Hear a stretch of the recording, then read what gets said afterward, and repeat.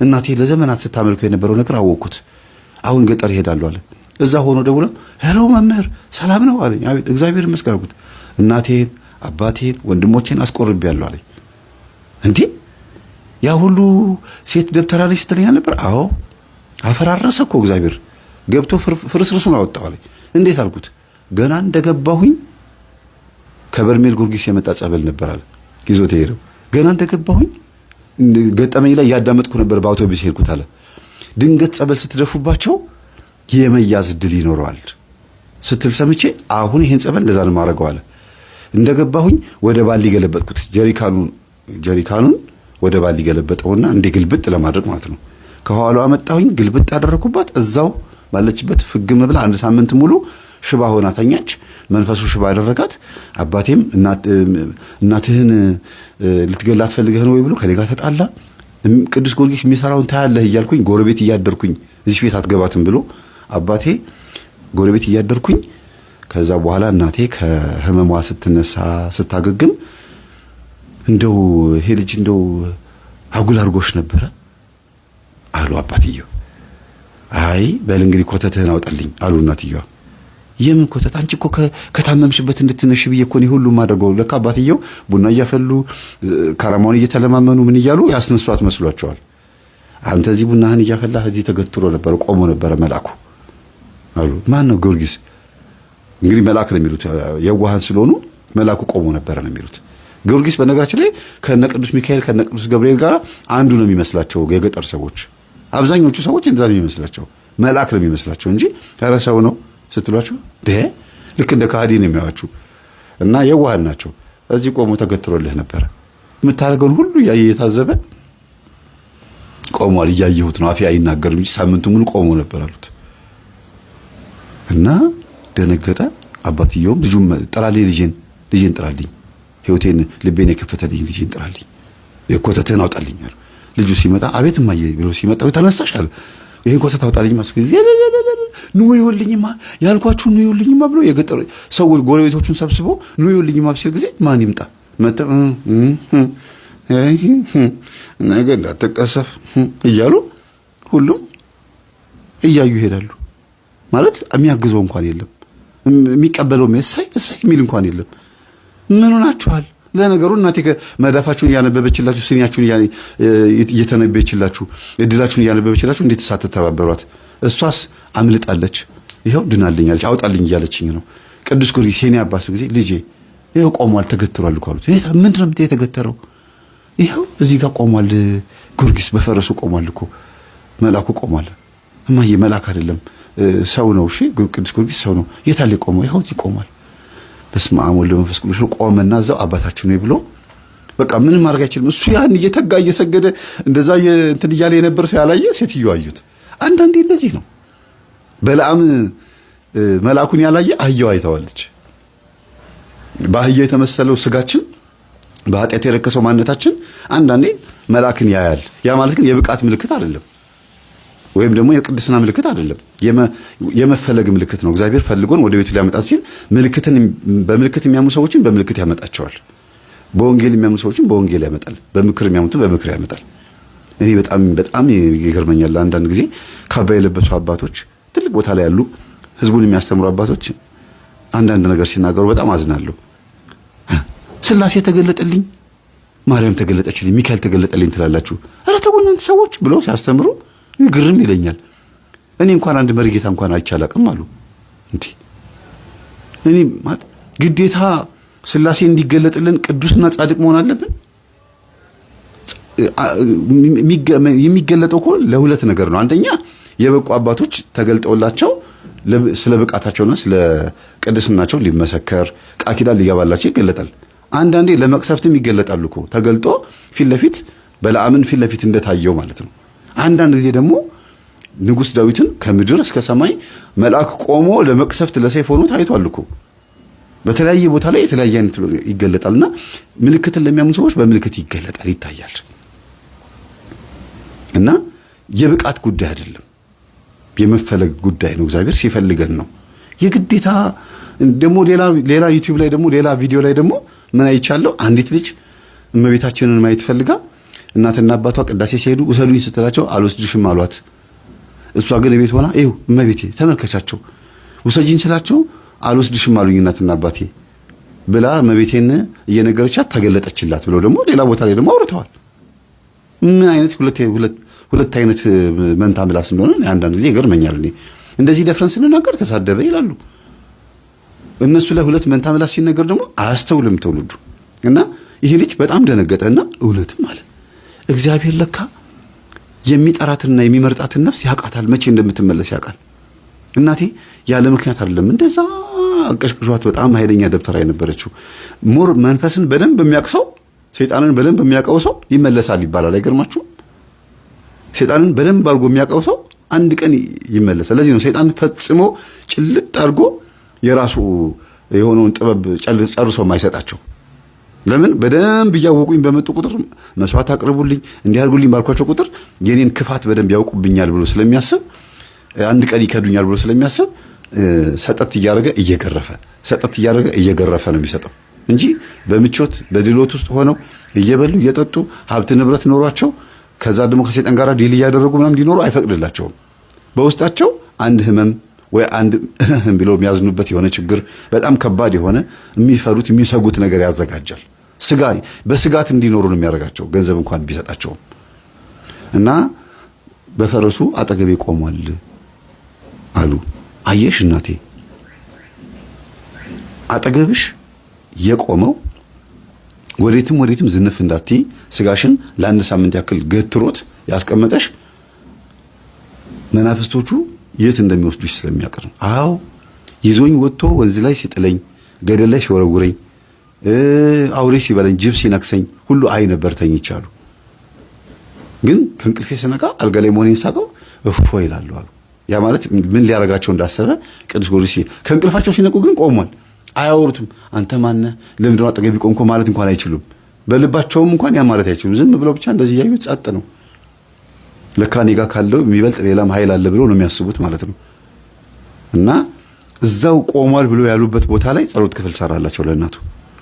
ቆርቦሙ ሲመጡ እዛው ቦታ ላይ ነው ወንበር አስቀምጦ እዛው ቦታ ላይ ያስቀመጣቸው። እሱ አይታየውም። እነሱ ግን እስከ ቆረቡበት ቀን ድረስ ሰማዕቱ ቅዱስ ጊዮርጊስ እናትየው ያያዩት ነበር። አባትየው ራሳቸው አንቺ ሴትዮ እንደው አሁንም ተረት እያወራሽ እንዳይሆን እንዴ ያ ሁሉ ተአምር መሰራ የነበርኩ ምትሃት መሰራ የነበርኩ ሴትዮ ምን ልሁን ብዬ ነው አሁን በፈረሰኛው ጊዮርጊስ መቀልደው? ምንስ ቀረብኝና? ምንም የጎደለብኝ ነገር የለም። እበላለሁ፣ እጠጣለሁ፣ በግ ይታረድልኛል፣ ዶሮ ይታረድልኛል፣ እንደፈለኩ ትንከባከቡኛላችሁ፣ እካድማለሁ ወይም ደግሞ እፈርዳለሁ፣ ሁሉ ነገር አደርጋለሁ። የጎደለብኝ ነገር የለም።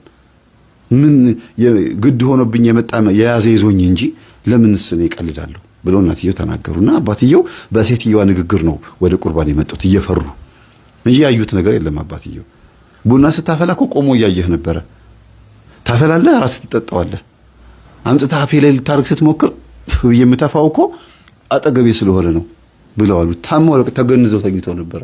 ተአምር የሆነብኝ ይሄ ነው። በነገራችን ላይ ከዚህኛው ገጠመኝ ይልቅ ይሄኛው ነው በጣም የደነቀኝ። ለብቻው ማቅረብ እንዳለብኝ ነበር የምረዳው፣ ግን ተያያዥነት ስላለው ነው አብሬ ያቀረብኩላችሁ። የእግዚአብሔር አምላካችን ስም የተመሰገነ ይሁን። ቤተሰብ ለልጆቻችሁ ያላችሁ አመለካከት 100% አይሁን። አሳድጊያችኋለሁ ብላችሁ ሽሮና በርበሬ ስላበላችሁ፣ ልብስ ስለገዛችሁ፣ ትምህርት ቤት ስለላካችሁ፣ ምሳቃ ስለገዛችሁ አይደለም ልጆቻችሁን የምታውቋቸው። በሳምንት አንድ ቀን በጠረጴዛ ዙሪያ ውይይት መኖር አለበት።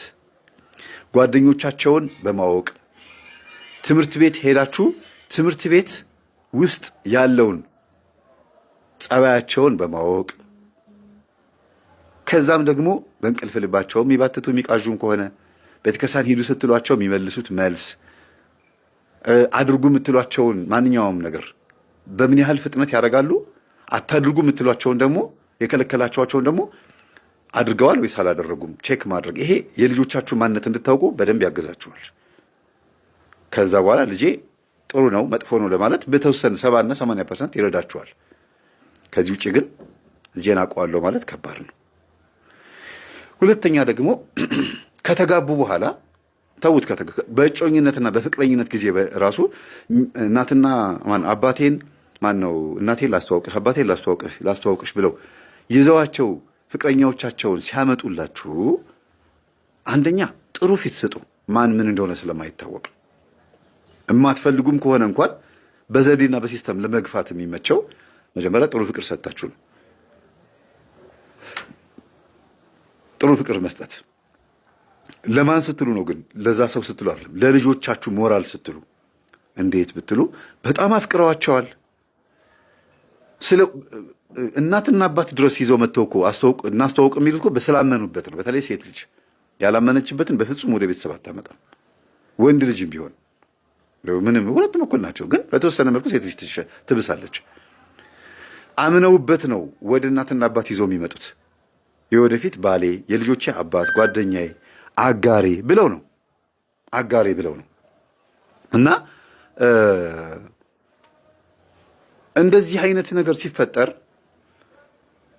ለልጆቻችሁ ሞራልና ልጄ እኮ አድጋ አፈቀረች፣ ልጄ እኮ አድጎ ሴት ያዘ፣ ያ ተሽኮርማሚው፣ ያ አይናፋሩ፣ የአንገቱን የሚደፋ ስራው ላይ ብቻ የሚያተኩር ልጄ ፍቅረኛ ያዘ፣ ደስ ይላል። ምንም ትሆን ችግር የለውም። መጀመሪያ እሱ ደስ ይበለው። ቆንጆ ምግብ ሰርቶ ነይ እስቲ ብሎ መጥራት፣ ቤተሰብ ማድረግ። ክፉ አመልም ቢኖርባት የምታውቁት ስታቀርቧት ነው። ጥሩም ጸባይ ይኑራት፣ ቤተሰቦቿ ማን እንደሆኑ የምታውቁት ስታቀርቡ እንጂ ስታርቁ አይደለም። እና ወተት እኮ ሲገፋ ነው ቅቤ ሆኖ አናት ላይ የሚወጣው ይባላል አይደለም? አንድ ነገር በተገፋ ቁጥር አናት ላይ ይወጣል። ስለዚህ አፍቃሪ በመሆናቸው ልጆቻችሁ ከብዙ ወንዶች መካከል አንድን ሰው መርጠው የኔ እንዲሆን እፈልጋለሁ ብሎ አምጥተው ሲያስተዋውቋችሁ እድለኝነት ነው ይሄ ራሱ። ይሄን ያልታደሉ ብዙዎች ስላሉ ተገኝቶ ነው። እድሜያቸውን ጠብቀው ያድርጉት እንጂ ችግር የለውም። ግን ሁሉ ነገር በስርዓትና በአግባብ ነው መሆን ያለበት። አንድ ሁለተኛ፣ ሌላው ግን ትልቁ ጉዳይ ግን ብሔርተኝነት፣ ቆሻሻ የሆነ አመለካከት። በነገራችን ላይ ዘረኝነትን መናፍስት ናቸው ለሰው ልጆች ያስተማሩት። ዘረኝነትን እንዴት አድርገው እንዳስተማሩ ከዚህ በፊት በደንብ አድርጌ ያስተምሬያለሁ። ብሔርተኝነት ከምን እንደመጣ ደጉ ሳምራዊን አንስቼ እንዴት ሌዋዊው መጣ፣ ካህኑ መጣ። ግን ያ ደጉ ሳምራዊ መጥቶ ያ ማን እንደሆነ የማያውቀው የወደቀውን ሰው አንስቶ ቁስሉ ላይ ዘይት አፍስሶ በፈረሱ ላይ አስቀምጦት እሱ በእግሩ እየሄደ ወደ አንድ እንግዳ ማረፊያ ቦታ አስቀመጠው ይላል። ብሔሩን ባለመለየት ማን እንደሆነ ያ ደግ ሳምራዊ ክርስቶስ ነው። ብሔር የማይለይ ለሁሉም ነው የመጣው። ለቤተ እስራኤል የመጣው ሲል ሙስሊሞች ብዙ ጊዜ ይከራከራሉ። እኔ የመጣሁት ለእስራኤል ቤት ነው፣ ማቴዎስ ወንጌል ላይ ያለውም ማለት ነው። እኔ የመጣሁት ለእስራኤል ቤት ነው ሲል እስራኤል የምትባሏን ሀገር ብቻ ይመስላቸዋል። ይሄ ሁሉ ዓለም ላይ የተበተነው ህዝብ የ12ቱ ነገድ ህዝብ ነው። ስለዚህ ለሁሉም ነው የመጣሁት ማለት ነው። ለሁሉም ነገድ ነው የመጣሁት ማለቱ ነው። ስለዚህ ክርስቶስ ደጉ ሳምራዊ ነው። የሆነ ሰው ወደቀ። የወደቀውን ሰው ቁስሉ ላይ ዘይት አፈሰሰበት። ዘይት ምግብነት ይውላል፣ ለመብራት ይውላል። ዘይት ክርስቶስ ነው፣ ቁስልን የሚፈውስ ክርስቶስ ነው። በፈረሱ ላይ አስቀመጠውና ወደ እንግዳ ማረፊያ ወሰደው ይላል። እንግዳ ማረፊያ የተባለችው ያቺ ጊዜያዊት እንግዳ ማረፊያ የተባለ ቤተክርስቲያን ናት። በዚህ ምድር ላይ እኛ የምንገለገልባት ቤተክርስቲያን። ሰማያዊት ኢየሩሳሌም አምሳል ናት። ስንሳለም ቤተክርስቲያን ምንድን ነው የምንለው? ሰላም ለኪም የቅዱስ ቤተክርስቲያን ምስለ ማኅደረ መለኮት አምሳለ ኢየሩሳሌም፣ ወይም ደግሞ አምሳለ ኢየሩሳሌም ምስለ ማኅደረ መለኮት እንላለን አይደለ? የሰማያዊት ኢየሩሳሌም ምሳሌ የሆንሽው የመለኮት ማኅደረ ቤተክርስቲያን ሰላም እልሻለሁ ማለት ነው። ይሄ ነው ማንኛውም ክርስቲያን ቤተክርስቲያን ሊገባ ሲል መጀመሪያ የሚለው ይሄን ቃል ይሄን ነው። ስለዚህ ደጉ ሳምራዊ የማንንም ብሔር ሳይለይ ነው የወደቀው። ሌዋዊ ይሁን ሳምራዊ ይሁን ምን ይሁን የማንም ብሔር ይሁን አንስቶ ያንን ሰው ወንበዴዎች ደበደቡት ነው የሚለው። ወንበዴ የተባሉት አጋንንት ናቸው። አጋንንት ያቆሰለውን አጋንንት ያደቀቀውን ይህንን የአዳምን ዘር አንስተን ነው እንጂ የእግዚአብሔር ዘር ማድረግ ያለብን አንተ የዛ ወንዝ ነህ አንተ የዚህ ወንዝ ነህ ማለት የለብንም። ለዚህ ነው ኒውትራል ሆኖ የመጣው ክርስቶስ ከሁሉም ከየትኛውም ብሔር። ጎልጎታ ላይ እኮ ማነው ቀራኒዮ ላይ የተሰቀለው? በዛ በተራራ ላይ የተሰቀለው እኮ በአደባባይ የተሰቀለው ለዓለም መሆኑን ነው። ጓዳ ውስጥ አልተሰቀለም፣ የሆነ እልፍኝ ውስጥ አልተሰቀለም። በአደባባይ ላይ የተሰቀለው ለዓለም መሆኑን ማሳያ ነው ተራራው፣ ኮረብታው ማለት ነው። እና ብሔርተኝነት መኖር የለበትም። ልጆችም ቢሆኑ ለሱሰኝነት፣ ለሲጋራ፣ ለጫት፣ ለዱርዬነት ለዚህ ሁሉ ህይወት የተዳረጉት በምንድን ነው ሲባል 70-80% የቤተሰብ ንዝህላልነትና ታመሙ ብለው የሚወስዱት እርምጃ ነው። ይሄ ሁሉ ነገር ውስጥ የሚያደርሳቸው ማለት ነው። ልጆች የሚበላሹት በቤተሰብ እርምጃ ነው፣ በቤተሰብ አካሄድ ነው ማለት ነው። እና እባካችሁን ብትችሉ ልጆቻችሁን ለቁም ነገር ለማብቃት እወቋቸው። ቤተሰብ በቃ ልጆቻችሁን በደንብ እወቋቸው። ካወቃችኋቸው በኋላ አታስደንግጧቸው። አታስደንብሯቸው። ቁጭ አጋችሁ ግን በስርዓቱ መንገር ነው። እኔ ያንተን እድሜ አልፌዋለሁ፣ ያንቺን እድሜ አልፌዋለሁ። እናንተ ገና እያደጋችሁ እየበቀላችሁ ነው።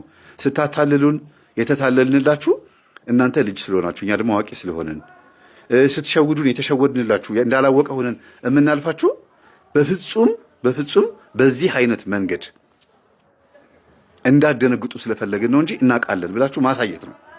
እንዳደነግጡ ፈልገን ነው። ከደነገጣችሁ ሚስጥር ትሻሽጉናላችሁ። እንደ ቤተሰብም እንደ ወንድም እንደ እህትም ልናቀርባችሁ ስለፈለግን ጭምር ነው ብላችሁ ማሰብ ነው። ብዙ ጊዜ ልጆች ሲሸውዱ እናውቃቸዋለን፣ ግን ያው ምንድነው ብላችሁ ስትሏቸው የባሰ በጣም ሌላ ነገር ውስጥ መንከታቸው። መቆጣት ጥሩ ነው። አጥፍተውት ከተገኙ በጣም መቆጣት ያስፈልጋል። ከመሆኑ በፊት ግን መጀመሪያ ማቅረብ ያስፈልጋል። በጠረጴዛ ዙሪያ መወያየት፣ አንቺስ አንተ ምናምን ብሎ ማወያየት፣ መነጋገር ያስፈልጋል። አዋቂ በሚያወራበት ሰዓት መግባት የሌለባቸው ላይ መግባት የለባቸውም። እንግዳ በሚመጣበት ሰዓት ቤት ውስጥ ልጆቹ ድርሻቸው እስከሄድ ድረስ ነው። እንግዳ የማስተናገድ ጉዳይ፣ ትልቅ ሰዎች ሲያወሩ ተነስቶ የመውጣት ጉዳይ፣ እንደገናም ደግሞ ቤተሰቦቻቸው እንዳይጎዱ ሚስጥር የመደበቅና ሚስጥር የማውጣት ጉዳይ ላይ ጥንቃቄ ማድረግ፣ ውጪ የማይወራና የሚወራ ነገርን መጠበቅ፣ ትምህርት ቤት ውስጥ ያላቸውን ሕይወት በደንብ አድርጎ ማጣራት መከታተል ያስፈልጋል። ስለዚህ ልጆቻችሁን ሙሉ በሙሉ 100% እርግጠኛ አትሁኑ። አውቀዋለሁ አትበሉ። እንኳን ልጆቻችሁን ራሳችሁ 100% እንኳን አውቀዋለሁ ማለት ከባድ ነው። ራስን ማወቅን የመሰለ ፍለጋ የለም።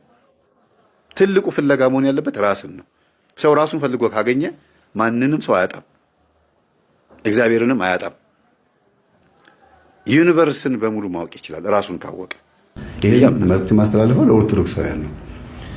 ብትችሉ እባካችሁን ስለ እግዚአብሔር የሌላ እምነት ተከታይ የሆነ ሰው አታፍቅሩ አይባልም፣ አትቅረቡ። ፍቅር እንኳን ቢይዛችሁ በስመ አብ ወወልድ ወመንፈስ ቅዱስ ብላችሁ እግዚአብሔር ሆይ ነገር ከኔ አርቅልኝ ብላችሁ መጸለይ ነው። እምነቱ ሌላ ሰው ከሌላ ከሆነ ጋር መፋቀር። ለምን አፈቀርሽ ለምን አፈቀርክ አይደለም የሚባለው። እንድታፈቅሪ ሆነሽ ለምን ራስሽን ታዘጋጃለሽ ነው። የስራሽ ሁኔታ፣ የአኗኗርሽ ሁኔታ፣ ጉርብትናው፣ ውሏችሁ፣ የክላስ ሚት አጠቃላይ እንድታፈቅሪ ወይም እንድታፈቅራት የሚጋብዝህ ከሆነ ይሄን ነገር መቀነስና ማስተካከል ማራቅ ነው። ከቻልክ ያችን ሴት ወደ ራስህ ማምጣት ነው። ያችን ሴት ወደ ራስህ ጋብዛት፣ ወይም ያንን ሰው ወደ ራስሽ ጋብዙ። እናንተ ጠንካሮች ሆናችሁ እናንተ በእምነታችሁ ጠንካሮች ሆናችሁ እነዛ ሰዎች ወደ እምነታችሁ መጋበዝ ነው። ካልቻላችሁ ግን አብሮ ዝም ብሎ መንዘላዘል፣ ችግር የለውም ብሎ እንደፈለጉ መሆን፣ ነገ ንስሐ ገባለሁ ብሎ እንደፈለጉ መሆን፣ ይሄ በቤተክርስቲያናችን በፍጹም እንዲያውም ዋጋ ያስከፍላል። ተውቶ ቤተክርስቲያንና በላይፍ ራሱ ዋጋ ያስከፍላል። እንዴት ብትሉ እምነቱ ሌላ የሆነ ሰው ጋር ሩካቤ በሚፈጸምበት ሰዓት በሃይማኖታችን ላይ በጣም ጠንካራ የሆነ ከባድ የሆነ ቻሌንጅ ነው የሚገጥመን። መጾም ያቅተናል። ሰዓታት መጾም ስላችሁ ጾሙን መጨረስ ብቻ አይደለም፣ ኢቭን ዛሬ እስከ 6 እስከ 9 ለመጾም እንኳን ከባድ ነው የሚሆንብን። ይፈታተናል። ቻሌንጅ ውስጥ ነው የምትገቡት። ቀጥሎ ደግሞ በእምነታችሁ ላይ እየላላችሁ የምትመጡት ለምታፈቅሩት ሰው ስሜት ወይም ደግሞ ሞራል ስትሉ የራሳችሁን እምነት እየጎዳችሁ ነው የምትሄዱት። ሲሪየስ የሆነ ላይፍ አትኖሩም። በሃይማኖት ላይ ሲሪየስ የሆነ ነገር አትሄዱም። የምትወልዷቸው ልጆች ራሱ ይወዛገባሉ። ሲያድጉ ራሳቸው ይወቁ፣ ሲያድጉ ራሳቸው ሃይማኖታቸው ወደ እናታቸው ወደ አባታቸው ይምጡ። እኛ ምን አገባን ምናምን የሚባል ነገር አይሰራም። ይሄ የሰነፍ ክርስቲያንና የመንደሬ ጸባይ ነው። ቤተክርስቲያን መጥቶ ማስቀደስ፣ መጾም፣ መጸለይ ልምዱ የሌላቸው ወላጆች ባህሪ ነው። እርግጠኛ ነኝ ከሙስሊም ወልዶ ወይም ከሙስሊም ወልዳ ኦርቶዶክስ ሆና ወይም ሆኖ ቤተክርስቲያን በስርዓቱ መጥቼ ያስቀድሳለሁ የሚል ሰው አለ? በስርዓቱ የሚያስቀድስ የለም። ሁለቱም እንዲያውም ልጆቻቸውም ኒውትራል ይሆናሉ ወይም ግራ ይገባቸዋል። እናትና አባትም ጭምር ለሃይማኖታቸው ብዙም አይደሉም። ሙስሊሙም ለምስልምና፣ ክርስቲያኑም ለክርስትናም ብዙም አይደሉም። እሷ ለሱ ብላ ብዙም አታካብድም፣ እሱ ለሷ ብሎ ብዙም አያካብድም። ቢያካብዱም እንኳን ችግር የለውም ብለው የእሱንም ምግብ ትበላለታለች፣ የእሷንም ምግብ ይበላላታል። ሁለቱም የየራሳቸውን ይሆንና መቦካካት ነው። አይፈቅድም። እምነታቸው እንደማይፈቅድ እንኳን እያወቁ የፍቅር አምላክ ያውቃል እያሉ ሁለቱም እምነታቸው በማይፈቅደው መንገድ ይኖራሉ። ግን እድሜ ገንዘብ በ20 ዓመት ልብ በ40 ዓመት እንደሚባለው ብዙ ጊዜ ሰው እያደገ ሲመጣ ማቹርድ እየሆነ በጣም እየበሰለ ሲመጣ ማገናዘብ ሲጀምር ልጆቹን ሳይድ ያስይዛሉ ወይም መጣላቱን ይጀምራሉ። እናትና አባት አይ ሙስሊም ነው የሚሆነው ወይ ይላል አባት ወይ ትላለች እናት። አይ ክርስቲያን ነው የሚሆነው ወይ ትላለች ወይ ይላል። ከዛ ጸብ ይመጣል። እንደዛ አይደለም መሆን ያለበት። ከመጀመሪያውኑ ከትዳር በፊት አንድ ሳይድ መያዝ ነው። በፍጹም ሁለት ሃይማኖት ሆኖ ትዳር ላይ መግባት እንደው እስቲ ጠይቁ። የትኛውም ኢትዮጵያ ውስጥ ያሉት እንደው ለይምሰል አውቀው ያው እኛ ምን ሆንን ይላሉ። አዎ ቤተክርስቲያን እስካልመጣችሁ ድረስ ምን ትሆናላችሁ? አንቺም ቤተክርስቲያንም አልመጣችሁም፣ መስጊድም አልሄዳችሁም፣ ሁለታችሁም እንደፈለጋችሁ ይሆናችሁ ስለሆነ ምን ሆነ? ከሚታየው ሶሻል አኗኗር ከሚታየው ማህበራዊ ኑሮ አኗኗር አንጻር ሲታይ ዝም ብለን እየኖርን ነው። አዎ የድር አባል ማህበርተኞች ነን፣ ወይም ደግሞ የሰፈር እድር የምናምን የሆነ አባል ነን፣ የቀበሌም የምንም። የመንግስተ ሰማያት ግን አይደለንም። የቤተ ክርስቲያን አባል ግን አይደለንም። በቅዳሴ ላይ አንገኝ። ሙስሊም ሴት ያገባ ሰው ቤተክርስቲያን መጥቶ በስርዓቱ መጥቶ የማስቀደስ ሞራል ይኖረዋል? አይ ረክሻለሁ ይላል። አይኔ ያቋል እኮ ውስጡ ልክ ዘፋኝ እየዘፈነ ኃጢአተኛና በደለኛ ነኝ ብሎ አስቦ ናይት ክለብ የጨፈርኩት እንደዚህ ነው ያልኩት እንደዚህ ነው ያልኩት ብሎ ለመምጣት እንደሚከብደው ሲመጣ ምን ራሱን በጣም ጎርቶ እንደሚመጣ ሁሉ ነገም ደግሞ አርጅቶ ሸምግሎ ሲመጣ እንደና አንዳንዶቹ ጋቢ ደረብ አድርገው በቃ ዘፈን አቆሚያለሁ መዝሙር መዘመር የምፈልገው ምናምን ብለው ዘፈን ኃጢአት እንደነበረ አይደል? እንደነ ማርታ አሻጋሪ እንደነ ማን ነበረች ወፌ ብለው የምትለው አቦነሽ አይደል? አቦነሽ አድኖች እንደሷ ሌሎቹም ከዘፈን ህይወት የመጡ እህቶቻችን ወንድሞቻችንም ጭምር ዘፈን ኃጢአት እንደሆነ መስክረው ተናግረው ዘማሪም ከሆኑ ዘማሪ ካልሆኑ ምዕመን ሆነው እያስቀደሱ ይኖራሉ አይደለም? ለምን ኃጢአት እንደሆነ ያውቃሉ። እስልምናና ክርስትና ውስጥም ሆነው የተጋቡ ባልና ሚስቶችም ያውቃል ልባቸው። ለጉርብትናና ለሰፈር ለሚዲያና ለአንዳንድ ነገር ለታይታ ዝም ብለው አውቀው ይላሉ እንጂ ያውቁታል እንደማይፈቀድ። ስጋ ፍቃዳቸውን አስቀድመው ፍቅራቸውን ፍቅረ ቢጽ ወይም ደግሞ የፍቅረኛሞችን ፍቅረ ቢጽ ነው የሚባለው እሱን አስበልጠው ከፈጣሪያቸው በላይ ያንን አስበልጠው ተጋቡና ኖሩ። ከዛ በኋላ ግን አዲስ ነገር አይፈጥሩም እንጂ ያውቁታል፣ ይገባቸዋል። ልጆቻቸውም አድገው ይወዛገቡባቸዋል እኮ ምን ይሻላሉ? ደግሞ ኤቲስት ፓጋን ይሆናሉ። ወይ ከዚህ ያልሆኑ ግራ ይገባቸዋል ልጆቻቸው ራሱ እና ገና ከእንጭጩ ከመጀመሪያው ነው የተጣመመው ነገር ማቃናት፣ የተነቃነቀው ነገር በደንብ መቸከል ያለብን፣ በደንብ መሰረት መጣል ያለብን እና ይሄ ነው። ስለነበረ ሰዓት ሁሉ አምላካችን ስም የተመሰገነ ይሁን። ሰላም ነው።